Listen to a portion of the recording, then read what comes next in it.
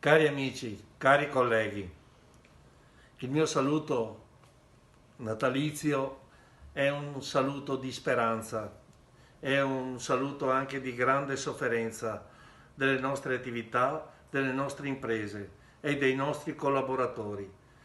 Penso agli amici della montagna, penso agli amici del mare, penso agli amici delle città d'arte che hanno dovuto tenere chiuso, che hanno dovuto vedere le proprie imprese chiuse e penso alla sofferenza che hanno avuto ogni volta che chiudono un'attività. Chiudere un'attività per noi è un colpo al cuore, è un colpo che ci lascia veramente stremati sia dal punto di vista psicologico che anche dal punto di vista economico.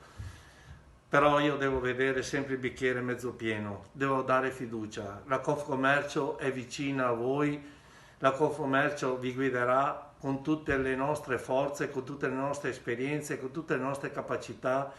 Vi accompagneremo nella ripresa, perché la nostra speranza è nella ripresa. Dobbiamo essere uniti, dobbiamo essere preparati. Il mondo è cambiato 3, 4, 5 volte in questo periodo, però noi non molleremo e saremo sempre vicino alle imprese. Con questo augurio vi faccio tanti auguri alle vostre famiglie di buon Natale e di felice anno nuovo.